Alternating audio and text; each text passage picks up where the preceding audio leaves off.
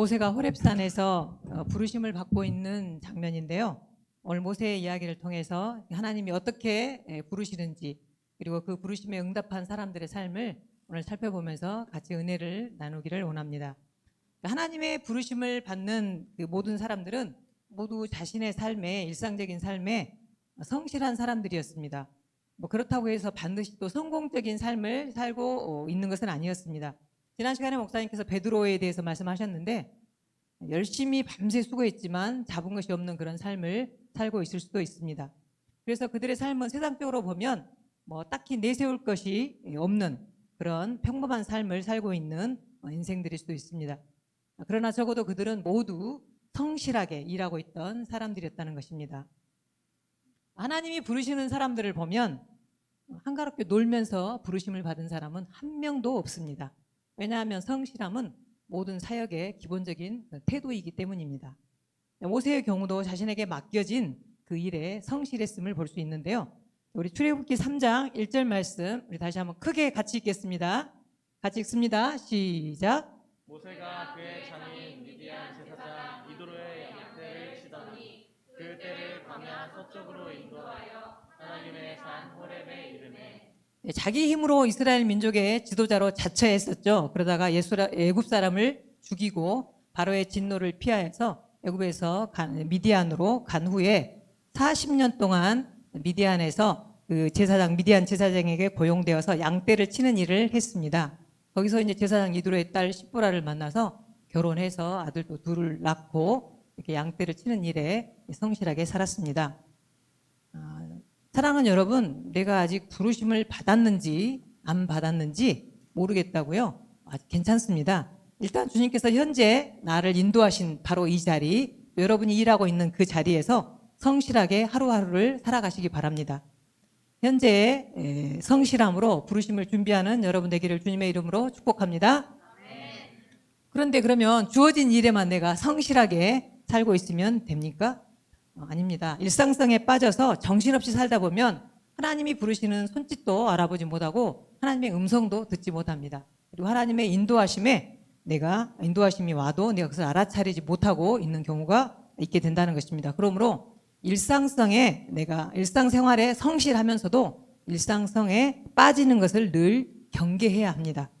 이것을 예수님께서는 다른 말로 깨어있음이라고 말씀하셨는데, 깨어있지 못한 삶의 모습들을 경고하시는 그런 모습을 한번 보겠습니다. 마태복음 24장 38절에서 39절 말씀입니다.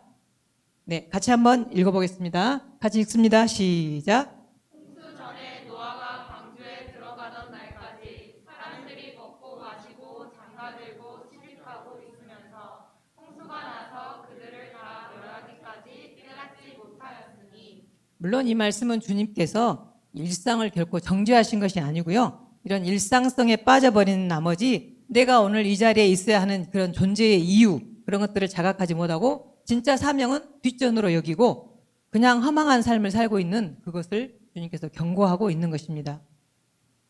저도 이제 청년들이나 아니면 이렇게 이제 어른들 이렇게 만나서 부르심과 사명에 대해서 이야기를 하다 보면 그렇게 이야기합니다. 저 일단 좀 취업은 하고 나서요. 그리고 결혼하고 나서요. 돈 좀 벌고요. 그리고 애 좀 키우고요. 이렇게 일상에 찌들린 삶을 살다 보면 어떻게 주님의 부르심을 인지할 수 있겠습니까? 모세는 일상에 성실했지만 일상성에 빠지지는 않았습니다. 적어도 그는 하나님이 그의 인생에서 새로운 일을 시작하고자 신호를 보내실 때 그것을 캐치할 수 있는 그 깨어있는 영성을 갖고 있었습니다. 자, 출애굽기 3장 2절 말씀 우리 같이 한번 읽어볼까요? 네, 같이 읽겠습니다. 시작. 여호와의 사자가 떨기나무 가운데로부터 나오는 불꽃 안에서 그에게 나타나시니라. 그가 보니 떨기나무에 불이 붙었으나 그 떨기나무가 사라지지 아니하는지라. 네, 본문에 언급된 딸기나무는 그 일종의 아카시아과에 속하는 가시나무인데요. 광야에서 흔히 볼 수 있는 그런 그 나무입니다. 여러분, 날마다 하는 일, 그리고 날마다 보는 나무. 그런데 그날따라 이상한 것은 나무에 불이 붙었는데 그 나무가 타지 않고 그대로 있는 겁니다. 이상한데? 하나님이 어느 날 일상의 삶의 환경에서 평소와 다르게 여러분에게 어떤 느낌을 주실 수가 있습니다. 하나님의 부르심은 그렇게 다가온다는 것입니다. 그래서 모든 깨어있는 사람들에게 공통점이 있는데 어떤 거냐면 그것은 평범함 속에서 비범함을 알아본다는 것이고요. 일상성 속에서 경이성을 발견한다는 것입니다. 여러분은 어떻습니까? 영적인 예민함을 가지고 주님께서 주실 새로운 부르심의 기회 앞에 여러분 깨어 있습니까? 아니면 일상에 푹 빠져서 영적으로 지금 잠들어 있습니까? 오늘 이 시간이 부르심을 캐치할 수 있는 시간이 되기를 주님의 이름으로 축복합니다. 아멘. 자, 그런데 하나님의 부르심을 받았다고 해서 모든 사람들이 즉각적으로 적극적으로 또 반응하는 것은 아닙니다. 모세도 보면요, 할 수 있으면 피하려고 했습니다. 도망가려고 했습니다. 이렇게 이제 이스라엘 백성을 구원하려고 너를 보낸다 이렇게 했더니, 근데 하나님 그 이스라엘 백성들이 내가 하나님이 보냈다고 저 믿을까요? 이렇게 이제 또 반문을 하나님께 합니다. 그랬더니 하나님께서 이제 표적을 보여주잖아요. 지팡이를 던지니까 뱀이 되게 하고 손을 이렇게 넣었다 빼니까 뭐 문둥병이 걸렸던 거 이런 것들 하면서 표적을 보여주십니다. 표적을 보여주시면 간다고 할 것 같은데 이제 또 핑계를 댑니다. 근데 하나님 제 생각해 보니까 제가 말을 잘 못하는데요. 이렇게 이제 이야기를 했습니다. 그래서 하나님께서 누가 사람의 입을 지었느냐? 내가 네 입과 함께 가서 할 말을 너에게 줄 테니까 가라 이렇게 말씀하십니다. 그러고 또 이제 가야 되는데 또 하나님 보낼 만한 사람을 보내십시오 이렇게 하나님께 말하니까 하나님이 이제 화가 나셔가지고 네 형이 있잖아 형 아론 말 너무나 잘하는데 아론하고 같이 가라고 이렇게 말씀하십니다. 사실 40년 전에 모세였다면 너무나 자신만만하고 당당했을 것입니다. 아마 막 자기가 손을 간다고 손을 들었을 것입니다. 그런데 미디안 광야에서 목자 생활을 40년 하다 보니까 자신감을 다 잃어버렸습니다. 그런 모세, 80살이 된 할아버지 모세를 하나님께서 이제 가라고 보내시는 것입니다. 하나님께서 우리를 보내실 때 우리가 해야 될 것은 그래서 멋지고 막 당당한 그런 대답이 아니고요. 솔직하고 진지한 대답입니다. 무엇보다 도망가지 마시기 바랍니다. 내가 뭐 할 수 있는지 못하는지 이런 거 고민하지 마십시오. 부르심에 그냥 진지하고 적절하게 반응만 한다면 응답에 따른 그 능력은 하나님께서 주실 것입니다. 아멘. 여러분 responsibility라는 단어가 무슨 뜻이죠? 네, 책임이죠. 너무나 조그맣게 이야기하시는 책임이죠. responsibility는 response하고 ability가 합성된 그런 합성어입니다. 그러니까 여러분이 반응하면 능력을 주셔서 책임을 감당하게 해주신다는 그런 뜻입니다. 자, 출애굽기 3장 4절 말씀 한번 보겠습니다. 네, 3장 4절 같이 읽습니다. 시작. 여호와께서 그가 보려고 돌이켜 오는 것을 보신지라 하나님이 떨기나무 가운데서 그를 불러 이르시되 모세야 모세야 하시매 그가 이르되 내가 여기 있나이다. 아멘. 하나님은 중요한 사명을 위해서 부르실 때는 단체로 그냥 여기 다 와라 이렇게 부르시는 게 아니고 개인적으로 부르신다는 것입니다. 모세야 모세야 이렇게 이름을 불러가면서 부르십니다. 그리고 한 번만 부르시지 않고 두 번씩 놓칠까 봐 반복하여서 부르십니다.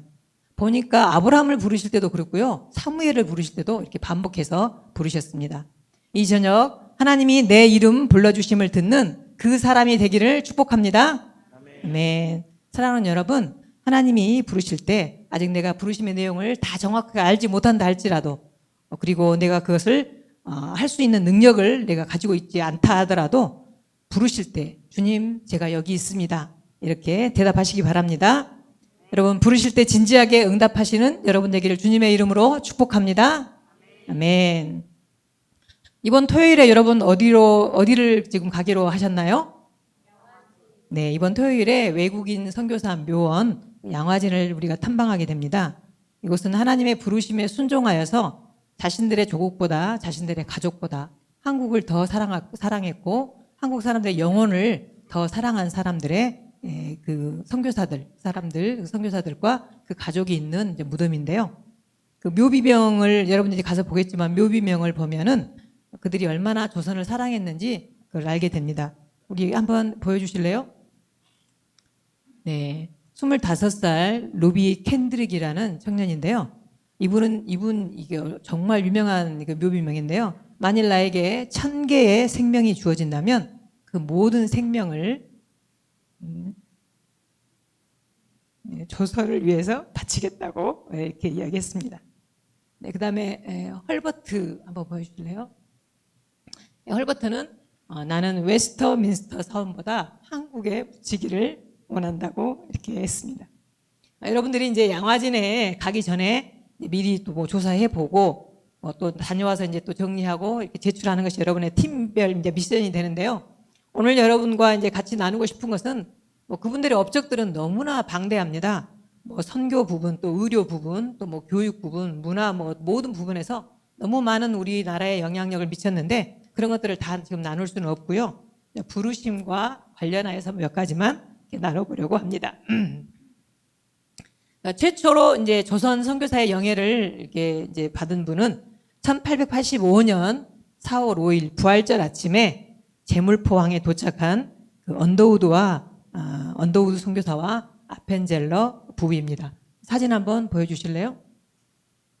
네, 오른쪽은 이제 그 기도문이 쓰여 있는 거고요. 부부 언더우드와 아펜젤러 부부입니다. 그 전에도 선교사님들이 오시기도 하고 뭐 그렇게 했지만 이들이 이제 우리나라에 들어오면서부터 공식적으로 개신교의 우리나라의 복음이 이제 씨앗이 심어졌고 지금의 한국 교회를 탄생시켰습니다. 자, 언더우드는 원래 이제 인도 선교사로 가려고 준비했던 사람인데요. 그분이 인도로 가지 않고 한국으로 오게 된 그런 이제 사연이 있습니다. 1883년 겨울 뉴 브런스위크 신학교 이제 학생들 가운데 선교사를 자원한 학생들의 모임이 있었습니다. 그 모임에서 한 모임의 회원인 그 울트만스라는 사람이 이제 한국에 관한 논문을 이제 뭐 발표를 했습니다. 그 내용은 이렇습니다. 지금 조선은 1300만 민족이 복음이 무엇인지 전혀 모른 채 가난과 질병과 무지와 학대 속에서 쓰러져 가고 있습니다. 그 나라가 드디어 작년에 문호를 열었습니다. 이거는 이제 1882년 5월 달에 그 한미 수호 통상 조약이 맺어진 것을 이게 지금 이야기하고 있는데요. 그래서 주님은 여러분 중 누군가가 조선 민족을 위해 선교사로 갈 것을 부르시고 계십니다. 이런 이제 논문을 이렇게 이제 발표하게 됐습니다. 이거를 듣고 이제 언더우드가 회고한 것들을 이제 그 기록해 놓은 걸 제가 읽어봤는데요. 언더우드의 이제 회고록입니다. 나는 인도로 갈 것이라고 준비하고 있었기 때문에 따라서 다른 인물이 한국에 가도록 마련되어 있을 것이라고 확신하였습니다. 그래서 나는 내가 생각했던 것을 그대로 밀고 나갔는데 1년이 지나도 아무도 한국에 자원하지 않았고 또 어떤 교회도 그곳에 보내려 하지 않았으며 심지어 해외 선교에 있어서 지도급 인사들조차도 한국에 나가는 것은 아직은 시기상조라는 분위기였습니다. 그런데 그때 바로 자기 언더우드에게 한 음성이 들렸습니다. 왜 너 자신이 가지 않느냐? 이 음성을 하나님의 부르심으로 듣고 한국으로 가기로 언더우드가 결정했습니다. 그래서 이제 한국 선교사로 파송하는 이제 그 일을 자기가 이제 선교를 이제 파송받으려고 했는데 그것도 사실 쉽지가 않았습니다. 왜냐하면 자기가 이제 소속된 개혁교회 본부에 가가지고 이제 2번에 걸쳐서 한국 선교 보내달라고 청원을 했는데 자금이 없다고 보내주지 않았고요. 그다음에 이어서 이제 미국 그 북장로회 회의 선교부에 또 2번이나 신청했는데 그때도 뭐 아직은 시기상조다 이러면서 파송을 시켜주지 않는 것입니다. 그래서 이제 언더우드는 포기를 했습니다. 그래서 인도 선교사로 가든지 아니면 미국의 목회지를 이제 어떤 청빙 받아서 갈 것을 자기가 생각하고 있었습니다. 그때 그러던 중에 마치 이제 뉴욕에 있는 한 교회에서 언더우드를 이제 청빙을 해서 여기를 가야겠구나. 이것이 하나님이 부르신가 보다. 이렇게 이제 생각을 했습니다. 그래서 이제 청빙을 허락한다는 그런 이제 그 문서를 써가지고 우체통에다 딱 넣으려고 하는 순간에 또 하나님의 음성이 들렸습니다. 하나님께서 혼자 하시는 그런 말처럼 들린 거죠. 한국에 갈 사람이 하나도 없다니 그러면 한국은 어떻게 되는 거지? 이런 하나님의 음성을 듣게 된 것입니다. 그래서 편지를 보내려다가 그냥 다시 집어넣고 한국에 가기로 다시 결심한 후에 그 센터 스트리트 그러니까 장로의 선교본부 그 건물로 언더우드 가게 돼서 이제 거기서 이제 파송을 받아서 우리나라에 오게 된 것입니다. 언더우드가 우리나라에서 정말 한 일이 많은데요. 언더우드는 정말 우리나라 선교의 그 장로교 선교의 아버지 뻘 되는 분 같습니다. 언더우드는 자신만 한국 선교를 한 게 아니고요. 많은 다른 선교사들을 우리나라를 이렇게 선교하도록 초청하신 분인데요.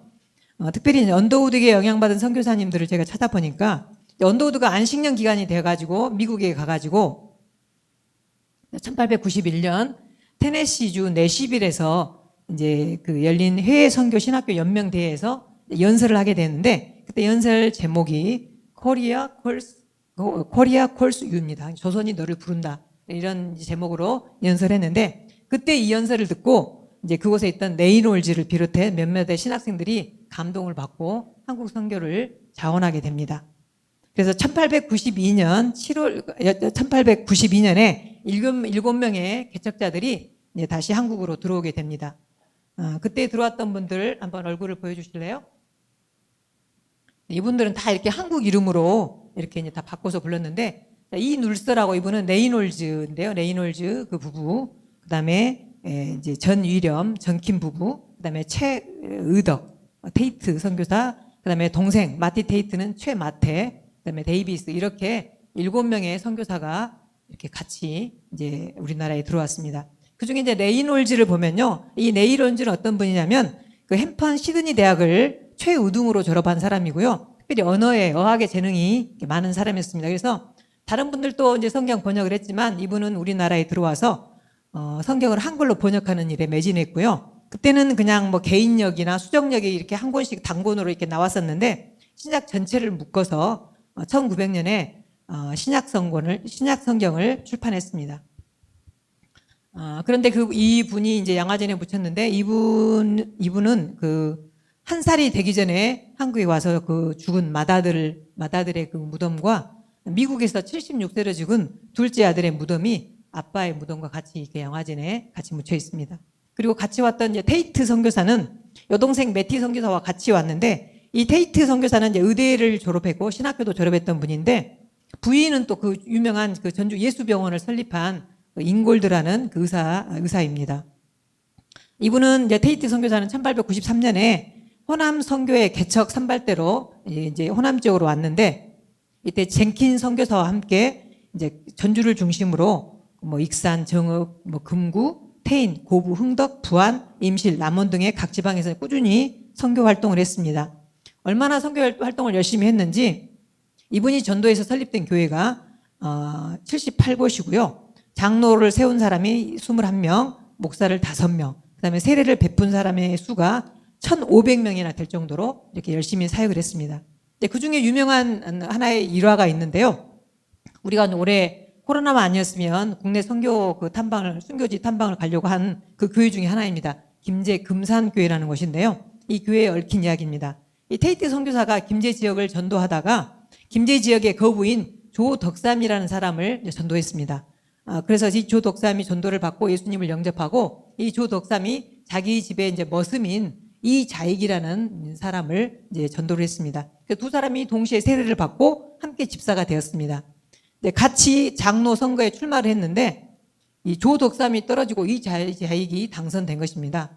조덕삼을 다시 말하면 김제의 그 갑부였고요. 교회 지을 땅도 바쳤고, 그다음에 교회 재정도 대부분 담당했고요. 나이도 41살이나 먹었습니다. 반면 이자익은 나이도 26살. 그다음에 경남 남해에서 온 외지인, 그리고 이자익의 머슴, 이렇게 말을 모는 그런 마부 겸 머슴이었거든요. 이 결과에 교인들이 자기들이 투표하고 자기들이 당황하고 너무나 놀래가지고 막 웅성웅성한 겁니다. 근데 이때 조덕삼이 나와가지고 겸손하게 이것을 인정하고 장로님을 잘 받들어 섬겨서 이 교회를 잘 섬기겠다라고 이렇게 이제 나와서 이야기를 했습니다. 그리고 나중에 이제 이자익이 이제 신학교를 가가지고 목사님이 되었는데, 이때 학비도 다 되고 생활비도 다 되고, 나중에 신학교를 졸업하고 자기 교회 담임 목사님으로 초청해서 정말 잘 섬겼습니다. 정말 이 일화는 너무나 유명한 일화입니다. 그다음에 이제 이 테이트 동생의 여동생 매티도 결혼하지 않고 선교사로 평생 우리나라를 위해서 섬겼습니다. 그리고 이제 또 언더우드에 또 영향을 받았던 분은 에비슨이라는 분이 있는데, 또 이제 그 언더우드가 캐나다에 가가지고 또 이제 또 연설을 이제 했습니다. 그래서 이제 이때 조선 선교사로 헌신하라고 권유를 받고 조선에서 선교 사역을 결심한 것이 바로 에비슨인데, 이 에비슨은 헤론의 뒤를 이어서 제중원 원장으로 우리나라를 위해서 섬겼던 분입니다. 에비슨은 그 당시 결혼해가지고 3 자녀를 두고 있었고요. 아내는 또 4째 아이를 임신한 상태였습니다. 이미 의사로 활동하고 있었고 경제적인 여유도 있었고 향후 5년 동안 토론토 대학의 교수로 의과대학 교수로 봉직할 수 있는 그런 재임용 통보까지 받은 상황이었습니다. 정말 캐나다에서 안정적이고 또 성공적인 생활이 보장된 상태였는데 모든 것들을 내려놓고 낯선 이국에서 선교 사역을 감당하게 되었습니다. 한국에 온 선교사들을 제가 쭉 살펴보니까 정말 최고의 공부를 했고요. 또 공부를 많이 했고 또 잘했고 그 중에서도 또 최우등생들이었고 재능도 많았고 또 장래도 촉망되는 그런 사람들이었고 그 미래가 보장되는 그런 사람들이었습니다. 그러나 하나님의 부르심을 따라서 정말 다 내려놓고 이 땅에 온 것입니다. 이 땅을 사랑해서. 네. 사실 그 시절 조선 땅은 선교사들이 발을 디디기에는 너무나 험악하고 열악한 곳이었습니다. 서양 종교인들에 대해서 경계하면서 혐오했고요. 그다음에 그 환경이 너무나 열악했기 때문에 외국에서 온 사람들은 풍토병에 걸리기 쉬웠습니다.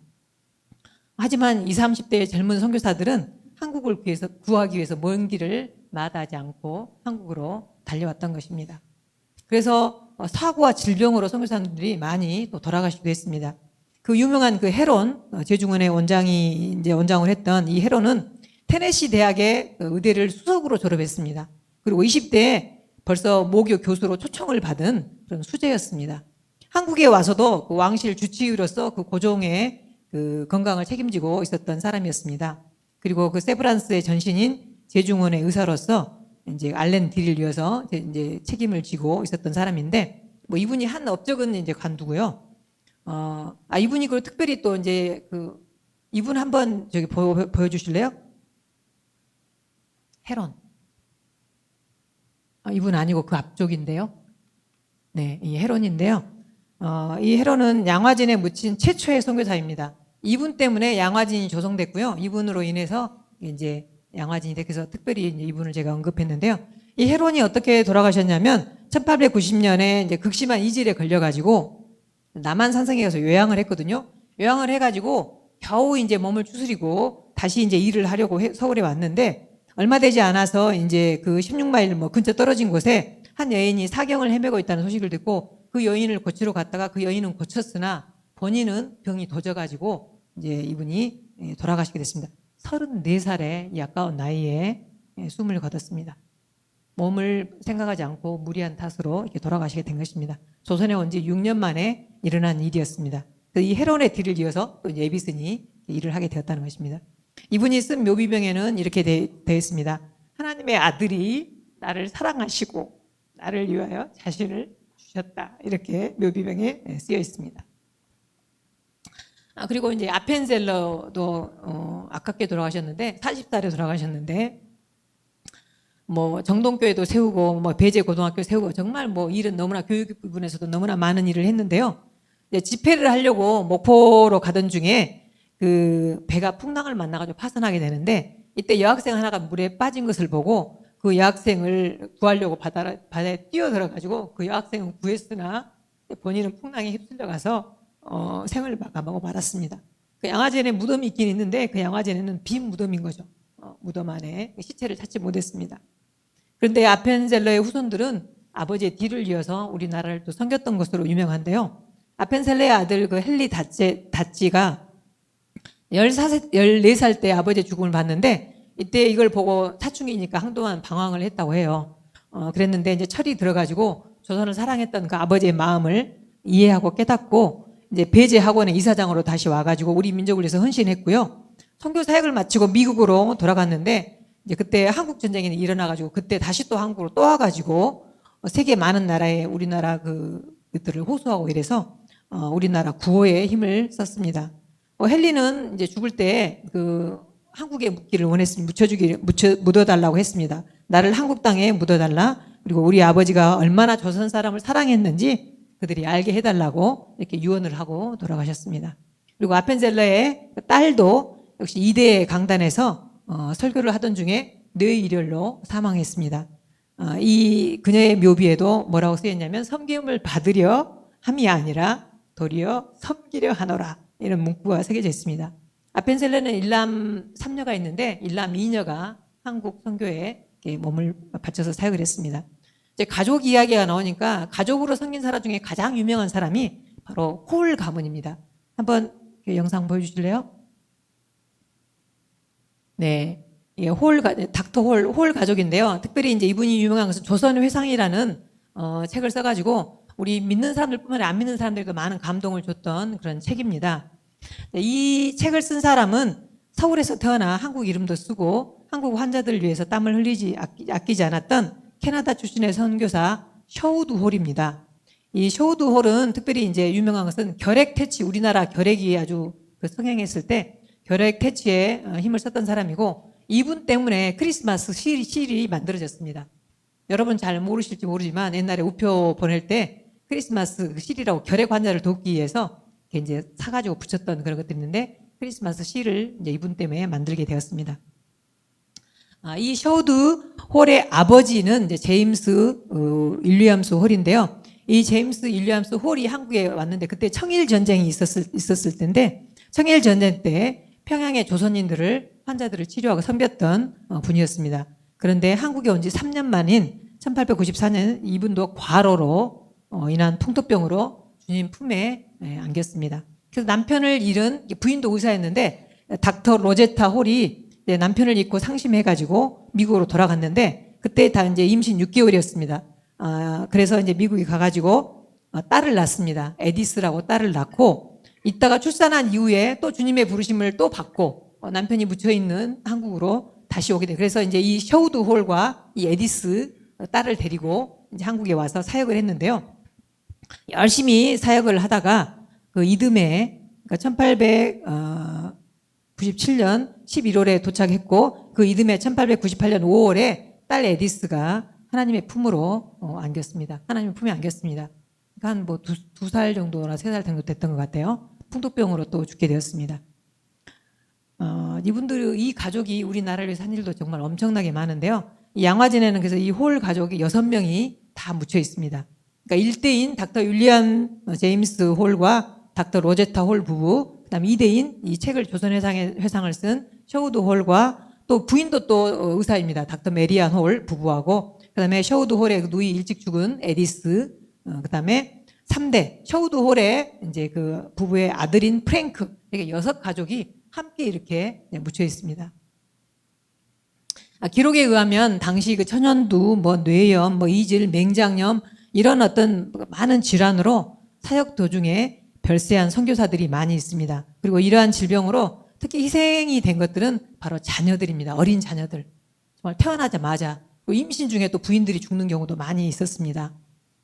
뭐 좀 전에도 네이놀드의 맏아들, 그 뭐 1살도 안 된 그 아들, 그다음에 아까 말했던 뭐 에디스 죽었고요. 특별히 이제 그 평양신학교 교수로 그 재직했던 알렌 클라크라고 우리나라 말로 그 곽알련인데 이분도 아주 유명하신 분인데 이분은 40년 동안 한국의 뭐 계급 타파, 남녀 차별 뭐 없애는 그런 일에 많이 헌신했고요.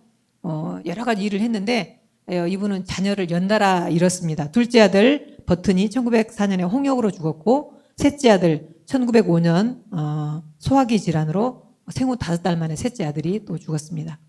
그리고 터너 선교사는 3명의 자녀를 다 잃었는데요. 큰 아이는 생후 2개월 만에, 둘째 아이는 하룻밤을 못 넘기고 죽었고 셋째 벤자민 터너는 5개월 만에 사망함으로써 모두 양화진에 쓸쓸히 묻혀 있습니다. 양화진에는 여러분 땅 끝까지 이르러 증인이라는 주님의 부르심에 생명을 바쳐서 증언한 그런 전도자들이 누워 있는 곳입니다. 그분들의 육신은 누워 있지만 저들의 위대하고 고귀한 삶은 우리에게 영광스러운 복음을 위해 하늘의 미랄이 되라고 지금도 말하고 있는 듯합니다. 그래서 여러분들이 앞으로 이제 사역을 하다가 아니면 부르심이 희미해질 때 이 양화전에 가서 도전도 받고 위로도 받기를 원합니다. 514명의 선교사와 가족들이 이제 묻혀 있는 것입니다. 근데 여러분 뭐 꼭 선교사로 가야만 부르심을 감당하는 것은 아닙니다. 우리가 예수 믿기로 작정한 날부터 사실은 우리 모두는 이미 부르심을 받았습니다. 그러므로 우리가 오늘 각자 자기 주어진 자리에서 부르심에 응답하는 삶을 살아야 하겠습니다. 어떻게 사는 것이 부르심에 응답하는 삶을 사는 것입니까? 이번 수련회 주제가에 보면 그 전은주 씨가 찬양 부르잖아요. 너를 부른다. 그 부분 한번 PPT 보여주시고 우리 다 같이 한번 읽어보면 좋겠습니다. 나 너를 부른다. 같이 읽습니다. 시작. 나 너를 부른다. 오 교회여 나의 몸이여 나를 위해 가서 내 사랑을 말하며 내 사랑을 살도록 네, 빨간 부분만 다시 한번 읽습니다. 시작. 나를 위해 가서 내 사랑을 말하며 내 사랑을 살도록 네, 뒤에도 한번 보여주시죠. 네, 같이 읽습니다. 시작. 나 너를 부른다. 시작. 나 너를 부른다. 오 교회여 나의 몸이여 나를 대신해 가서 값없이 내어주고 내 마음을 보이라. 예, 나를 대신해 가서 다시 한번 읽습니다. 시작. 나를 대신해 가서 값없이 내어주고 내 마음을 보이라. 네, 여러분 이렇게 살라고 우리를 지금 부르시고 계십니다. 우리 한번 찬양 같이 한번 듣겠습니다.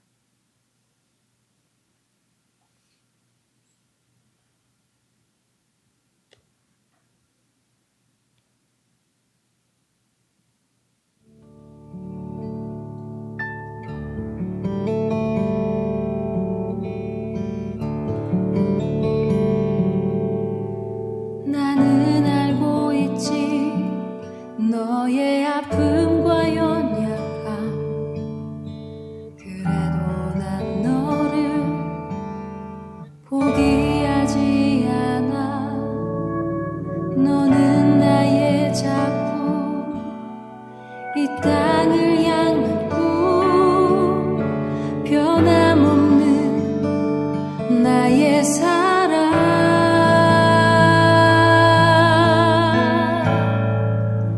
난 너를 부른다 오 교회여 나의 몸이여 나를 위해 가서 내 사랑을 말하며 내 사랑을 살도록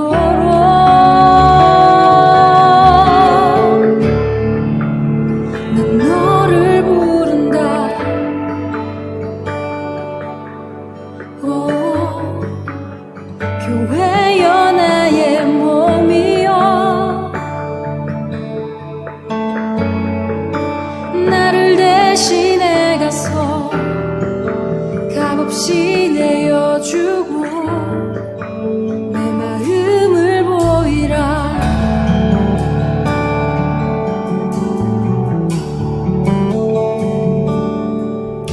나는 알고 있지 너의 아픔과 연약함 그래도 난 너를 포기하지 않아 너는 나의 작품 이 땅을 향한 꿈 변함없는 나의 영광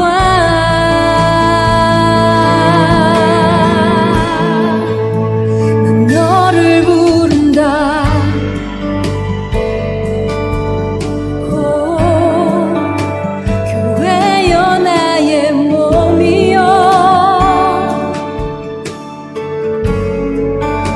나를 위해 가서 내 사랑을 말하며 내 사랑을 살도록